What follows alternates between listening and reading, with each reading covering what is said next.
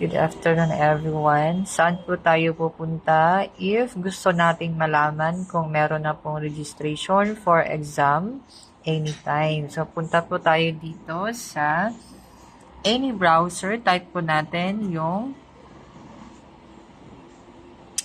dmw.gov.ph. So ito yung makikita ninyo sa website ng DMW. Pupunta po tayo sa ibaba.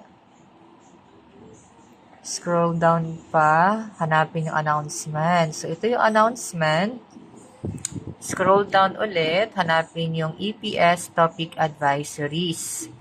So, yung latest na announcement of DMW regarding sa examination is last June 13. So, ito yung